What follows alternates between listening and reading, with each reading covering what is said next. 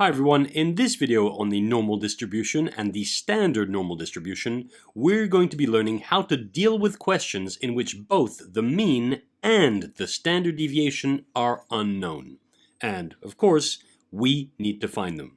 Now to learn how to do that, we're going to be working through the example that we see on the screen here, in which we're told the heights, capital X, of the adult male population in France follow a normal distribution with mean mu and standard deviation sigma. We are then told, given that 89.4% of the adult male population measures less than 185 centimeters, and that 73.4% measures more than 170 centimeters, find mu and sigma. In other words, find the mean and the standard deviation. Now, if you're up for it, go ahead and press pause and try doing this before watching the solution. Either way, let's get started. So let me start by moving this question to the side and shrinking it a bit, like so. And as I always do, I'll go ahead and write SOL here for solution. To solve any problem like this one, we can follow 3 steps. The first step, and I'll go ahead and write a little 1 here, step 1, is to illustrate the information that's given to us in the question with some bell curves, and to write down the formula for the z-scores, or z values. And don't worry, that will make sense in a second. For now, I'll just quickly write illustrate and z-value or z-score equations. And here's what I mean. At the bottom of this question here, we're given 2 bits of information. Indeed, we're told that 89.4% of the male population measures less than 185 centimeters, and we're also told that 73.4% of the population measures more than 170 centimeters. In other words, we're given 2 bits of information. And I'll stop for a second to say that if ever we have to find both the mean and the standard deviation, then the question must contain 2 bits of information like the ones we have here. Back to our 3 steps. Step 1, remember, I said that we need to illustrate this information, and we'll do so with bell curves, and establish the equations for the z-values, or z-scores. And so I'll start with this first bit of information, the one that I boxed in green, and to illustrate that, we'll quickly make a sketch of a bell curve. So I'll draw something like this. There we go, that's a very generic bell curve, like so. Remember, it's symmetrical around, or about, a mean value mu that we need to find. And of course it has a standard deviation which for the moment is unknown. Now, this 89.4% of the population which measures less than 185 centimeters corresponds to an area under this bell curve. And the words less than tell us that we're dealing with a left tail under this bell curve. And the fact that 89.4% is bigger than 50% tells us that that left tail stretches further than the mean, which allows us to quickly place that 185 centimeters somewhere here. There we go. And so that area of 89.4 centimeters corresponds to the area I'm shading right now. And I'll go ahead and label that 89.4%, which in decimal form would be 0.894. Okay, that's the first bit of information we have. I now turn to the second bit of information, which was that 73.4% measures more than 170 centimeters. And so again, I'll draw a very generic bell curve underneath that one, like so. There we go. And once more, I've got the mean value mu. And just as for the first bit of information we just worked with, this 73.4% corresponds to an area under this bell curve. But this time, since we're dealing with a part of the population which measures more than 170 centimeters, that tells us that we're dealing with the right tail. And so on my illustration, I'll sort of arbitrarily place 170 right here, and that 73.4% corresponds to this area I'm shading in blue right now. There we go. And I'll go ahead and label that in decimal form. That would be 0.734.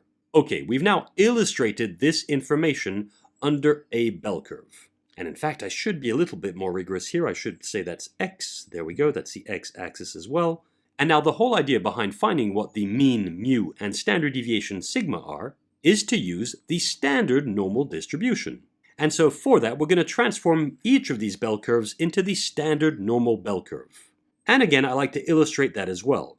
So remember, the standard normal bell curve, which I'll quickly draw here, there we go, is centered at the origin, so that would be 0, and the horizontal axis is now the z or z-axis.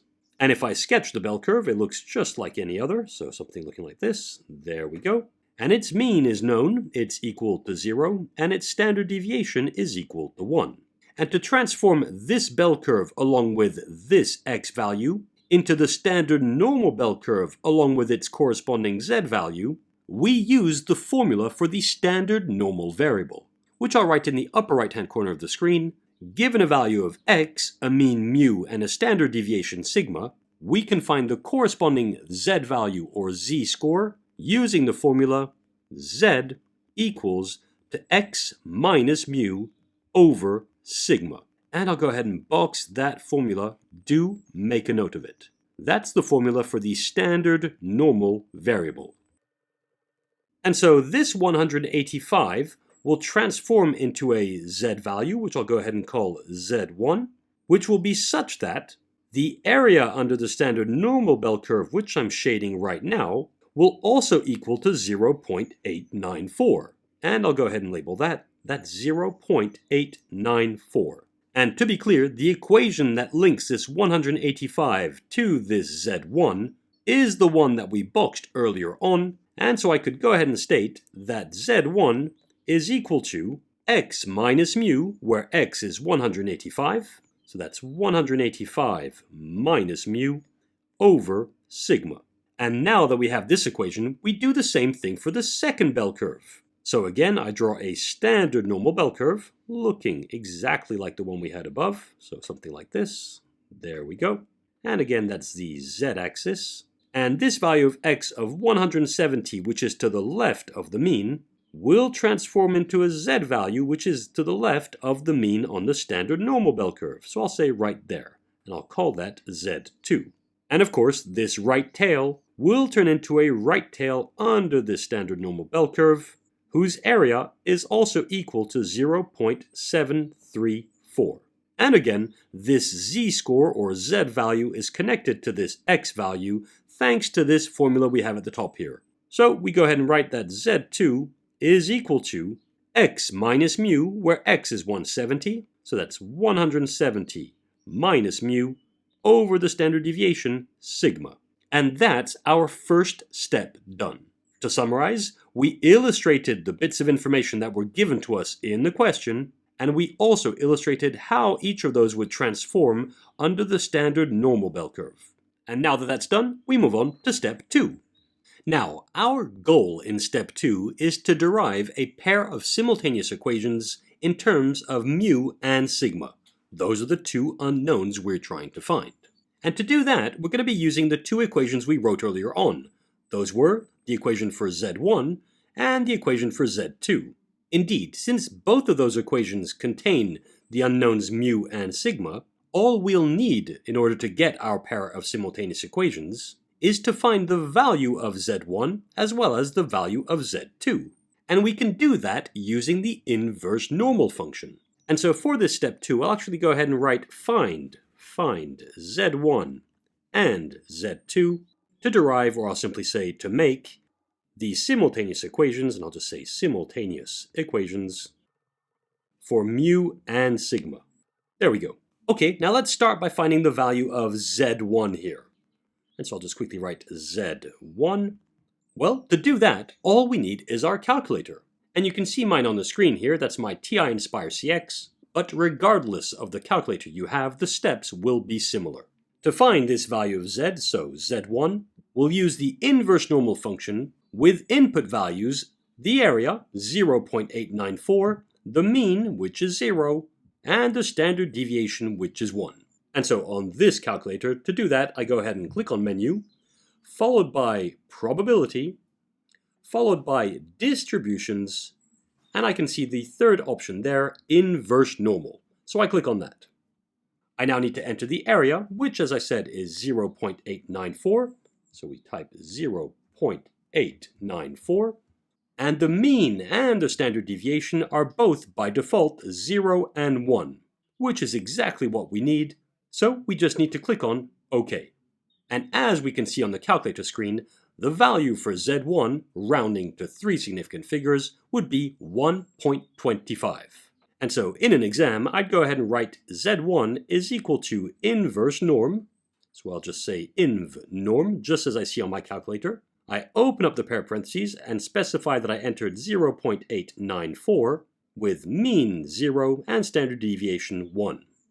And again, rounding to 3 significant figures, that's equal to 1.25. Okay, now that we know the value of Z1, we look for the value of Z2. And to find Z2, we'll also be making use of the inverse normal function, but this time we have to be careful. And here's why. In the case of Z1, the area under the bell curve was a left tail. And when we have a left tail, meaning the area extends to the left-hand side of the curve, then there's nothing to worry about. We can just enter the area that we see and the inverse normal will work perfectly. On the other hand, in the case of Z2 here, the area under the bell curve is a right tail, in the sense that it extends on forever towards the right-hand side. But here's the thing. The inverse normal function can only handle left tails. And consequently, to find this value Z2, the area we need to feed the inverse normal function won't be this 0.734, but instead it will be the area to the left of that. That's this white area here that hadn't been shaded. And that area, since the total area under the bell curve is equal to 1, will be 1 minus 0.734, which is equal to 0.266. And so now that we have this left tails area, 0.266, we can go back to the calculator and use our inverse normal function again. So again, on this calculator, I do that by pressing on Menu, followed by Probability, followed by Distributions, followed by Inverse Normal, which I click on. Again, the area is 0.266. And of course, since we're dealing with the standard normal bell curve, the mean is 0 and the standard deviation is 1. We're now happy with all of that, and so we click on OK. And we're done. Looking at that second result on the calculator screen, we can see that Z2, rounded to 3 significant figures, is negative 0.625. And so in an exam, we could go ahead and write that Z2 is equal to inverse norm, and in parentheses, 0.266, 0, 1, and underneath that, Z2 is equal to negative 0.625. And we now have the values of Z1 and Z2. Now, using these two values alongside the equations we obtained in step 1, we can obtain a pair of simultaneous equations for mu and sigma. Indeed, copying this first equation here but replacing Z1 by 1.25, we quickly get 1.25 equals to 185 minus mu over sigma, and we can see that this is an equation with the two unknowns mu and sigma. And so multiplying both sides of it by sigma, this becomes 1.25 sigma equals to 185 minus mu. Next, to make this look more like a familiar equation in a pair of simultaneous equations, I'll go ahead and add mu to both sides of this equation, which leads to 1.25 sigma plus mu equals to 185. And I'll go ahead and box that equation. That's our first equation in terms of sigma and mu, and I'll call it E1. Okay, now using the value we found for Z2, alongside the equation for Z2 we found in step 1, we can quickly find a second equation in terms of sigma and mu. Indeed, copying this equation but replacing Z2 by negative 0.625, it turns into negative 0.625 equals to 170 minus mu over sigma. And once more, I'll multiply both sides of this equation by sigma, which leads to negative 0.625 sigma equals to 170 minus mu. And last but not least, I'll add mu to both sides of this equation, which quickly leads us to negative 0.625 sigma plus mu equals to 170. And that's our second equation in terms of sigma and mu, and I'll call it E2. And as such, that's step 2 done. Thanks to the inverse normal function, we were able to find the values of Z1 and Z2, And using those values alongside the equations we'd established in step 1, as well as a bit of rearranging, we've obtained two equations with the two unknowns, sigma and mu. So we move on to the third and final step, step 3, in which we solve this pair of simultaneous equations for sigma and mu. And so I'll just write solve for sigma and mu. Alright, now we don't have to do this, but I like to write my simultaneous equations one on top of the other. So my E1, or equation 1, is 1.25 sigma plus mu, which equals to 185. That's equation 1. And equation 2 was negative 0.625 sigma plus mu, which equals to 170. That's E2. Okay, now looking at these two equations, we quickly realize that they both contain one single mu. And so subtracting one equation from the other, we'll be able to eliminate mu. And so I'll go ahead and subtract equation 2 from equation 1.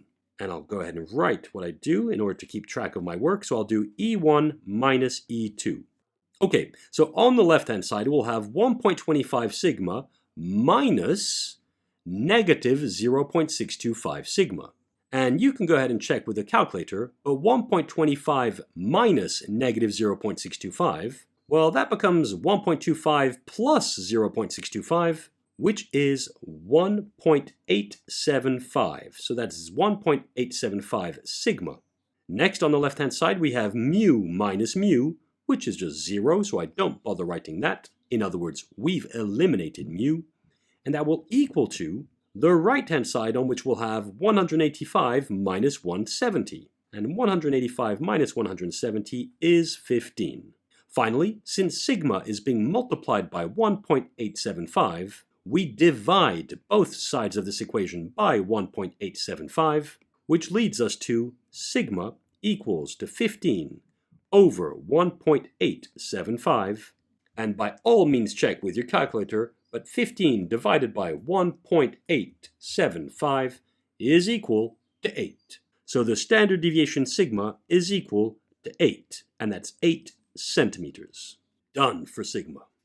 Now to find mu, the mean, we can go back to either one of the two equations we had here, E1 or E2, and all we have to do is replace the sigma we see by the value we just found. Once that's done, we can solve for mu. So I'll go ahead and use this first equation, E1. And so now that we know that sigma is equal to 8, E1, well, it turns into 1.25 times sigma, so that's times 8, plus mu, which equals to 185. And now 1.25 times 8, again you can check with your calculators, but that's just equal to 10, so this becomes 10 plus mu equals to 185. And finally, since this 10 is being added to mu on the left-hand side, to get rid of it, we subtract 10 from both sides of this equation, which leads us to mu, the mean, is equal to 185 minus 10, which is 175 centimeters. And we're done. We've now found the standard deviation as well as the mean using the standard normal distribution and the z-score, or z-value. And there we have it. That's it for this tutorial.